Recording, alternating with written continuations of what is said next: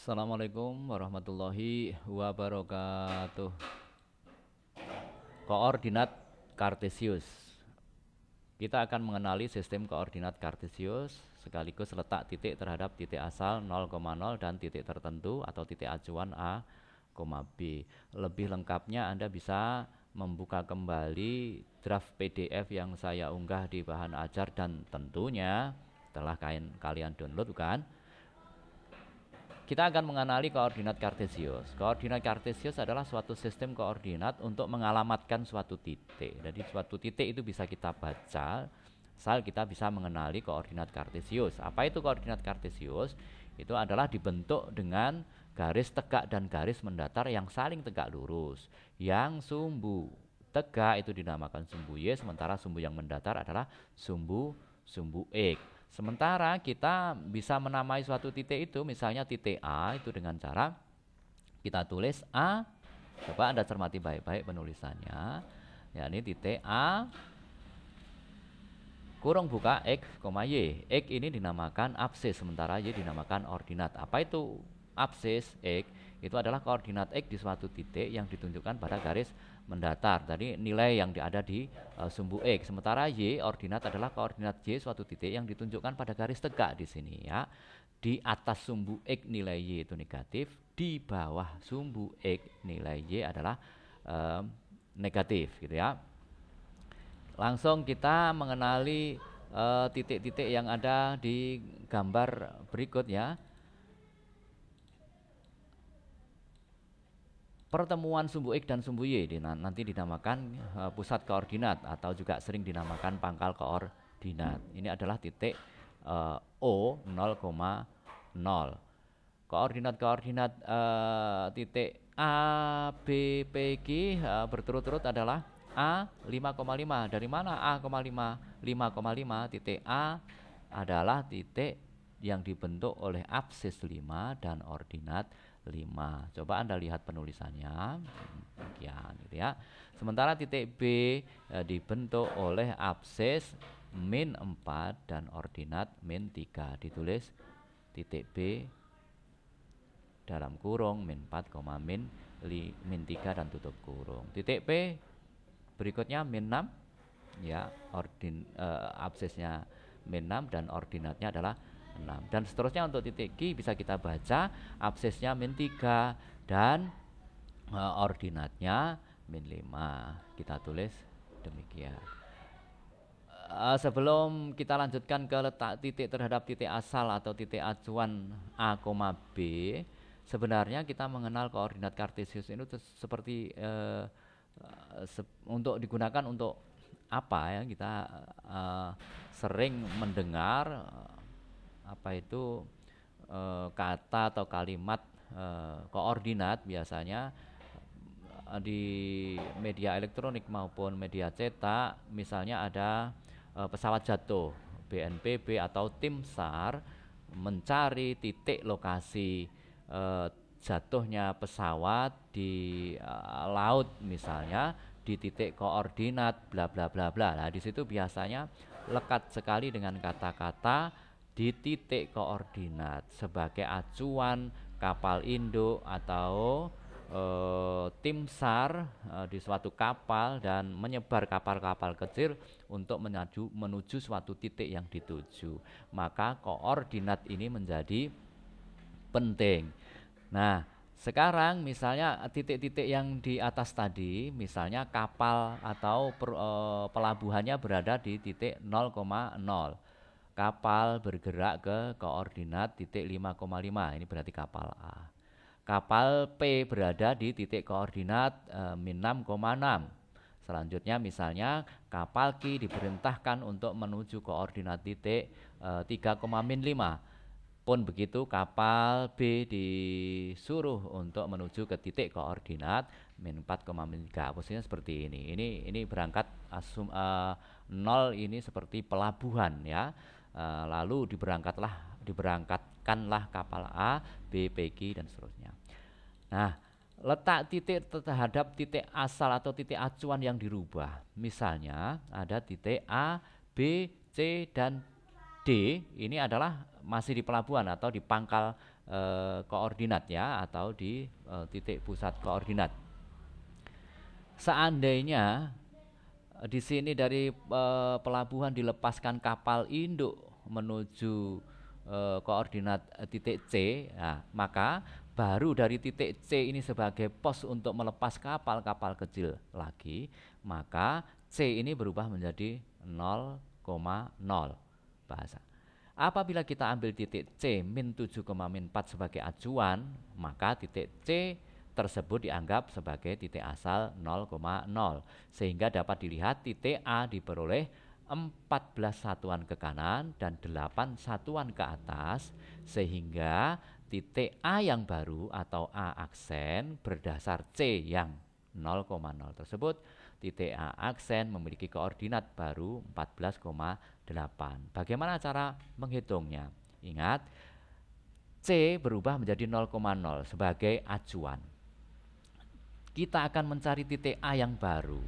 Maka titik A yang baru yang semula dari pelabuhan sini 7,4, dari pangkal koordinat 0,0 adalah 7,4, berubah menjadi titik A ini 0 bergerak ke kanan sejauh, kita hitung 1, 2, 3, 4, 5, 6, 7, 8, 9, 10, 11, 12, 14 bergerak ke kanan positif.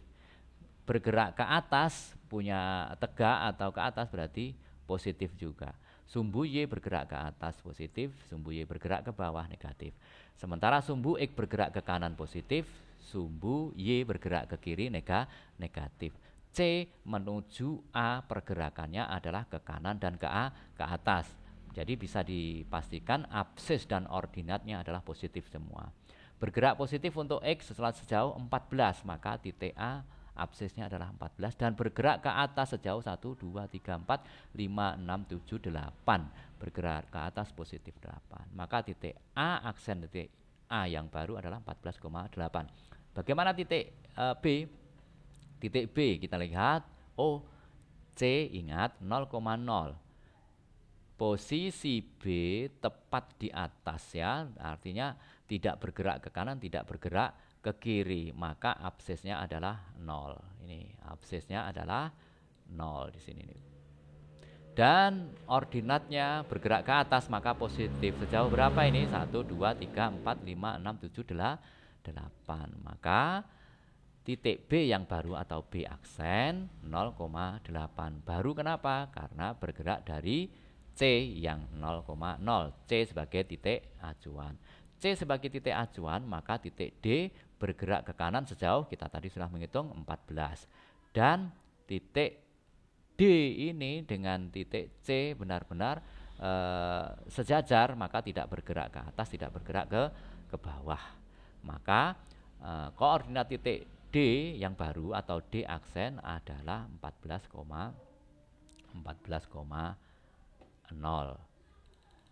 Coba kita perhatikan contoh berikut dengan grafik gambar I di bawah. Kalau kita perhatikan gambar I di bawah merupakan grafik kartesius dengan banyak titik ya, dari titik A, B, C sehingga G, H ya, H.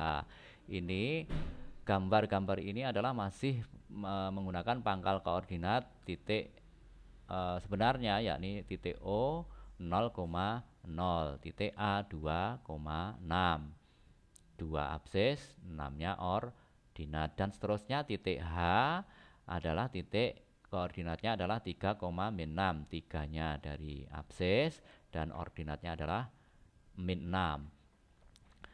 Kita bisa merubah titik acuan tersebut. Asumsinya itu tadi ya, kita berpikir mengimajinasikan kapal induk yang di 0,0 di pelabuhan ini lalu ngepos ke titik acuan A 2,2 ya. Kapal induk berpindah di titik koordinat A, yakni A 2,6 berubah menjadi 0,0, baru bergerak melepas kapal-kapal kecil untuk menuju titik-titik yang lain sampai H itu. Jika A sebagai titik acuan, maka tentu A aksen A yang baru adalah 0,0. Maka kita dapat mencari titik B yang baru.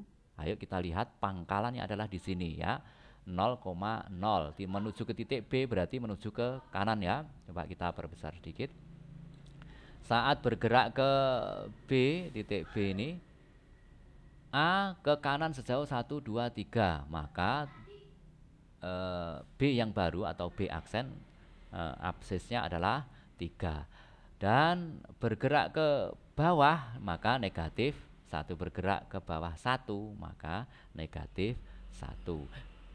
B yang baru atau B yang aksen akibat dari titik acuan dari A adalah 3, min 1. Titik acuan A 2,6 berubah menjadi A aksen 0,0 menghasilkan C aksen. Kita lihat mana C? C aksen kita lihat 0 di 0 bergerak ke kiri sejauh berapa? 1, 2, 3, 4, 5, 6. Berarti ke kiri min 6 dan dilanjutkan mana C di sini C bergerak ke bawah sejauh 1, 2, 3 negatif 3. Titik D kita lihat ya 0 di sini 0,0 maka bergerak ke kanan ke kiri ke kiri sejauh berapa 1, 2, 3, 4, 5, 6, 7. Titik D min 7 yang baru dan titik D sejajar benar dengan A maka tidak bergerak ke atas tidak bergerak ke bawah maka ordinatnya adalah 0. Begitu seterusnya titik E aksen adalah min 5, min 9 coba ya sampai titik G aksen 3, min 10. Cobalah nanti Anda hitung sendiri pergerakan ke atas ke bawah kanan kiri. Temukan jika salah nanti bisa berkomentar ya di bawah jika ada kesalahan. Titik H aksen terakhir nih. H aksen yang baru titik acuan dari A H ini ya berarti di sini untuk A bergerak ke H ini sejauh berapa? 1, 2, 3, 4, 5, 6, 7, 8, 9, 10, 11, 12. Kita bisa menghitung secara pergerakan persegi-perseginya atau petakan-petakan di sini atau bisa langsung kita akan menghitung absis nih A2 dan ini kita lihat pergerakan berapa tadi 1, 2, 2 A-nya ke bawah. Oh, mohon maaf ini kita menghitung absis dulu ya. Kita hitung absis dulu A menurut kita bergerak ke kanan sejauh 1 maka H1 dan ke atas bawah ordinat sekarang ya ordinatnya kita hitung bergerak ke bawah pasti negatif. Negatif berapa? Bisa kita hitung 1, 2, 3, 4, 5, 6, 7, 8, 9, 10, 11, 12. 12 ke bawah berarti negatif 12 atau bisa kita hitung kalau Anda bisa melihat 6 absis dari A dan 6 absis dari H bisa kita jumlahkan dan bergerak ke bawah maka negatif 12. Jumlahnya bisa seperti itu. Pun begitu untuk titik acuan G. Sekarang kita merubah jika kapal induk bergerak ke G. Berarti G adalah 0,0. Maka titik A aksen yang baru adalah berapa? Mana posisi A? Mana posisi A di ya posisi A nih ya. Maka A aksen adalah apa ini? Ayo kita tulis A aksen dari G-nya adalah 0,0. 0,0 A-nya ke kiri sejauh 1, 2, 3 ya. 1, 2, 3 itu. Maka A-nya adalah min 3 dan absisnya adalah 10. Tuh, ke kiri min 3, ke atas 5 ditambah 1, 2, 3, 1, 2, 3, 4, 5, 6, 7, 8, 9, 10. 1, 2, 3, 4, 5, 6, 7, 8, 9, 10. 10 ya, benar ya. Sementara titik B tadi ayo kita lihat 0-nya adalah di G, maka Y-nya tidak bergerak ke kanan, tidak bergerak ke kiri, 0. Dan ke atas ke bawah 1, 2, 3, 4, 5, 6, 7, 8, 9.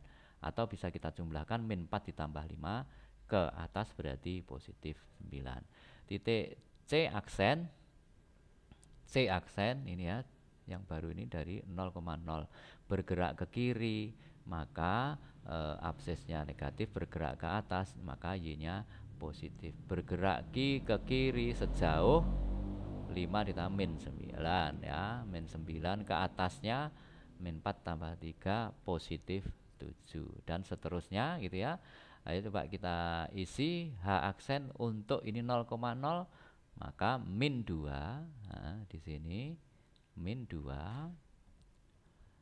koma bergerak ini ke kiri juga min 2 dan seterusnya. Kalian bisa berlatih sendiri dengan mengubah titik-titik acuan yang lain seperti ini ya, seperti nanti bisa Anda lakukan sendiri untuk yang di sini nih ya.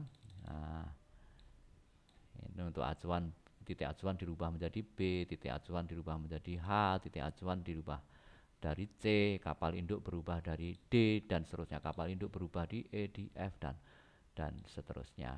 Sekian, pelajari dengan baik. Ingat, siapa yang fokus, siapa yang teliti, siapa yang sabar, dia yang dapat. Assalamualaikum warahmatullahi wabarakatuh.